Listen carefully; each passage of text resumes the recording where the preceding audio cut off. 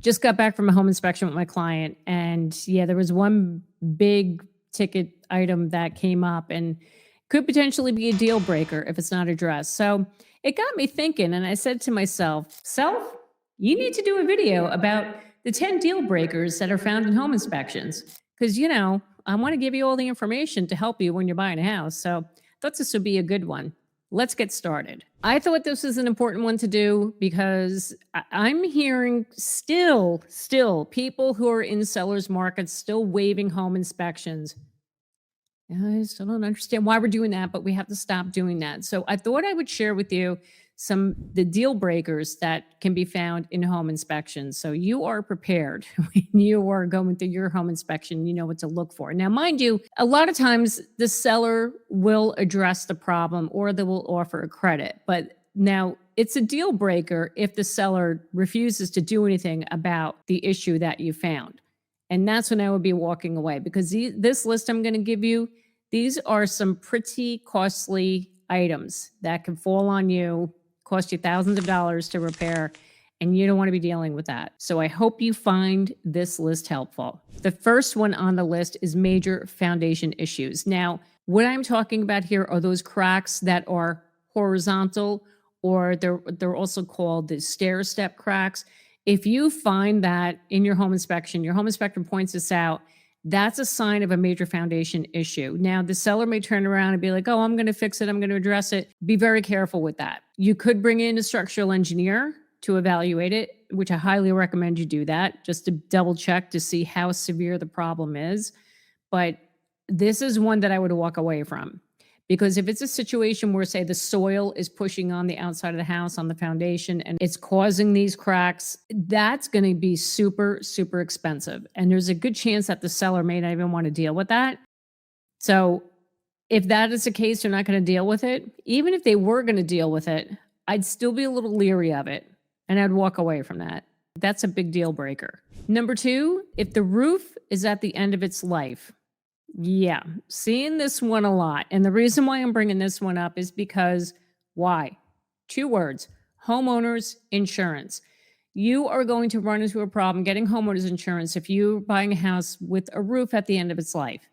Now, if there are no active leaks, you probably could get away with it. Some people will go ahead and do it, but I will tell you now, if you purchase that home and that roof is at the end of its life, you may secure your homeowner's insurance, but beware, a few months down the road, they may come back, the homeowner's insurance company may come back and check that roof and find out it's at the end of its life.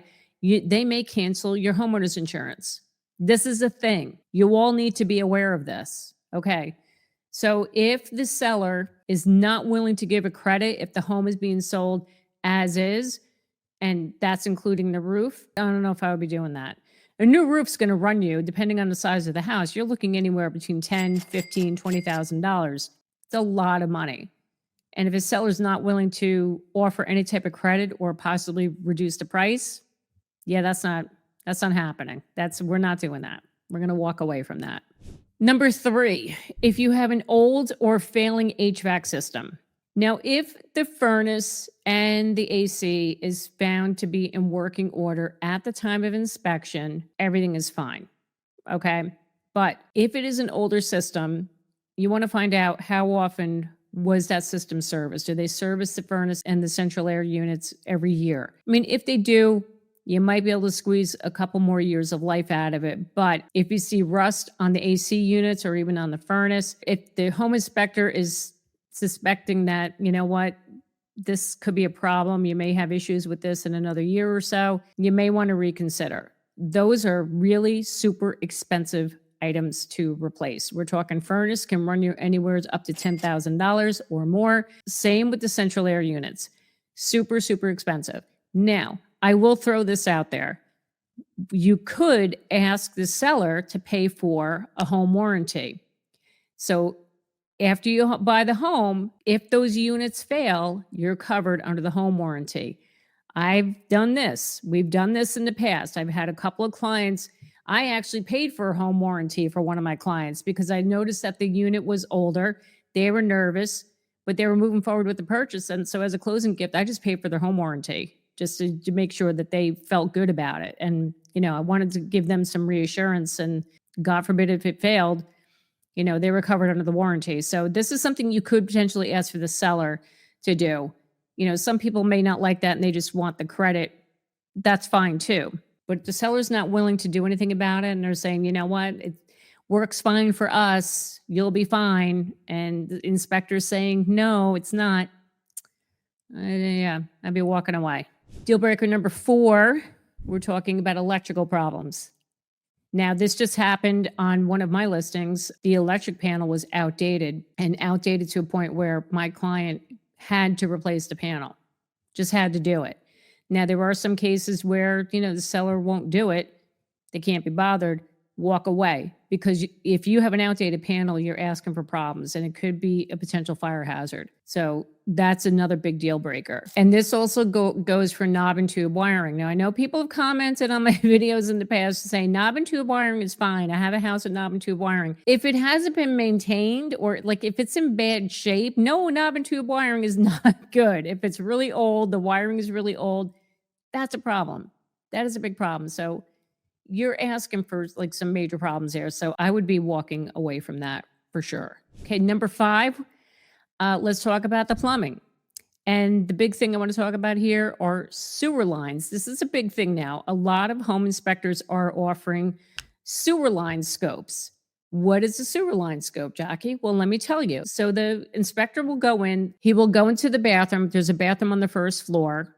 They literally remove the toilet from the pipe in the floor. They run a camera through that pipe, which leads out to the street. And what are we looking for? They want to see the condition of the pipe underground that's outside the house. Why? Because if there are trees nearby and if it's a clay pipe, roots can get into that pipe. And then you're asking for a whole slew of problems, and it's expensive. It is so expensive to repair that. It's a big deal. I had this happen a couple of times with clients who did sewer line scopes where there were roots in the pipe. Fortunately, the sellers were great about it, and they offered credits, reduced the price, what have you. They made it right. But in those cases where somebody's not going to be willing to address it, no.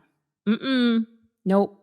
Walk away from that. That's a big ticket item you do not want to be stuck with. I know I'm talking about home inspections here, but if you are in the process, you're starting to think about buying a home, or even if you're thinking about selling a home, you need to be connected to a real estate agent in your market. I got you covered. I offer a free service where I can help get you connected to a real estate agent. So all you have to do is scan this QR code here, or you can click the link down below, fill out the forms, and I will get you connected to an agent in your market. Also, just a reminder, if you are interested in selling or buying a home here in Northern New Jersey, and you would like to work with myself and my team, there's another link down there. You can click that, fill out the form, and I will happily set up a Zoom consultation call with you. Number 6, let's talk about mold and water intrusion. Now, mold goes without saying. I mean, if there's mold in the house, again, no, we're not dealing with that. Even if the seller will address it, depending on how serious it is. I mean, if it's a big area that there's mold and they address it, it may not be addressed properly. You can't always rely that the seller is going to do the right thing and hire licensed people to do it, although they have to provide proof that they hired somebody licensed to remediate it, but you just never know. So that is one thing I would be nervous about. Water intrusion, that's another big one. So at the home inspection today, I thought this was really cool. The home inspector actually had like this device. It was a thermal reader, and he went into the basement and he held the device up against the walls to see if there's any moisture behind the walls. It was a really cool thing. So if your home inspector offers that, if he has that tool, that is amazing. If they find that there's any water behind the walls, no, we're not going to be dealing with that. Absolutely not. It's not worth it. Let that be the seller's problem and move on to the next house. Number 7, let's talk about termite damage. This is a big one. If there are active termites and there's a significant amount of damage, so say if the inspector sees it in the rafters in the basement, that's a problem because you don't know how far into the home those termites have gotten. It's going to be hard to find all of that damage because now you're talking about ripping up floors or potentially ripping, opening up walls. That's a problem. And I'm talking about if there's active termites. Okay. Now, there could have been previous slight damage. There could be termite activity that happened years ago, and the whole problem was remediated. There's no more termites. You could be okay there. But if there's active termites, I'd be walking away from it. Totally walking away from that. It is not worth it. Okay. Deal breaker number 8, environmental issues. And what am I talking about? I'm talking about asbestos, like asbestos tile. Sometimes you'll have asbestos around piping, around an old furnace. I've seen that. And we're also talking about radon. Now, people will argue and say if there's asbestos tile in the basement, now this is a big thing back in the 50s and 60s, they used asbestos tile. People will argue and say, we just put another floor on top of that and you'd be fine. You're not disturbing it.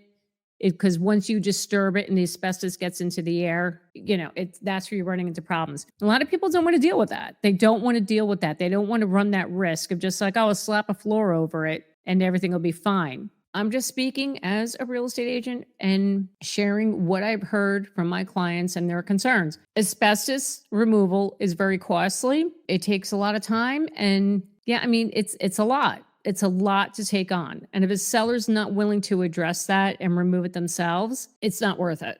It's not worth it. Even if they offered you a credit, no, don't do it. I would walk away from it. Now let's talk about radon. Now, those of us who live in the Northeast are very familiar with this. Radon is a colorless, odorless gas that's emitted from the earth underneath the foundation of the home. Like if there are a lot of rocks, if you're in an area like here in the Northeast, we have a lot of rocks, it emits radon, and it comes through the foundation of the home. So a home inspector is going to put a canister in the basement of the house, let it sit for 48 hours, and they come back and they measure it and take a reading to see what the levels of radon are in the home. Now, if the radon levels are high, you're going to need a mitigation system to get the radon out of the house. If the seller's not willing to do that, you could get your own mitigation systems, run between $2,000 to $3,000. It's not terribly expensive, but if they're not willing to do it and that's going to fall on you, that's up to you at that point. Is it a big deal breaker? Yeah, to me it is. I wouldn't want to be living with radon. So see if they'll put in the mitigation system. They should, but in those rare cases where they won't, it's not worth it. Number 9, my old favorite, the decommissioned oil tank. Those of us in the Northeast, we know how this goes too with the underground oil tanks. So a decommissioned oil tank it's an underground oil tank where the oil had been removed from the tank and filled with sand. Now there's a whole process that's involved. The homeowner has to apply for a permit with the town. The town even has to come out and inspect it. They test the soil for contamination, all the things. Then if everything is good, they're good to go, and you have a decommissioned tank. Now, nowadays, a lot of attorneys are saying, get the decommissioned tank out of the ground. They don't want it in there. Some sellers are challenging this now. They don't want to deal with that. But what I would tell you is if you have a seller that's going to say, I'm not removing that decommissioned tank, I'm not buying your house. That's what I would be saying. Here's the thing. I know they tested for soil contamination, but you never know. You just never know. Several years ago, I was helping a young family, found a great house. The oil tank was decommissioned, and they said, absolutely not. The seller was not willing to remove it. They were like, it's fine. We took the oil out. It's totally fine. You just don't know what happened underneath. You don't know if way underneath just underneath the tank in the soil below that, God forbid it had leaked at some point. It's just a lot of unknown, and people just don't want to deal with that. So if you have a homeowner that's saying, no, I'm not going to remove that decommissioned tank, then no, deal breaker. I'd walk away from it. Okay, the last deal breaker. This is the one that we found today in our home inspection with my client, a failed septic system. Yay, my favorite. Oh my gosh. So listen, if you come across this and you do the septic inspection and the system fails, now depending on where you live, I don't know, every town and state they're different with their laws and what they require. Now, fortunately, where my client is buying this house, the town is notified when there's a failed septic inspection. The health department is notified of this failed septic inspection. So then the homeowner gets a letter from the health department saying you have to fix A, B, and C. So there were multiple things that were found to be in disrepair on the septic system, which caused it to fail. And the seller, fortunately, has to repair it. They have to because the town is making them. Now, going back several months ago, early this year, I had a listing where there was a septic system on the property, but that town did not require that septic system to pass or to work in order to get the CO. They kind of washed their hands of dealing with septic systems, and they said, we're leaving it up between the seller and the buyer now to work that out. Town was not getting involved, which I was shocked. But apparently this is becoming a thing now. The towns don't want to get involved. Like, you know what? Let the buyer and seller work it out about fixing the septic system. So PS, my seller didn't want to deal with the septic system. They weren't going to fix it.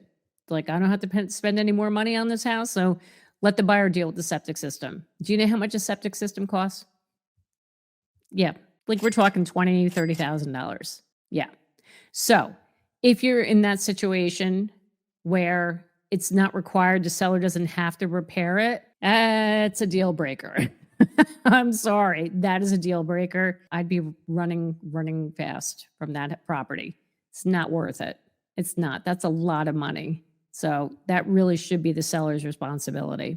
All right, so there you go. So there's my list for you of the 10 deal breakers found in home inspections. And if you want to know what the 10 cheats sellers use to hide major defects in their homes, I got you covered. Thank you so much for watching me today to get your dose of real estate reality. My name is Jackie Baker, and I will see you next time.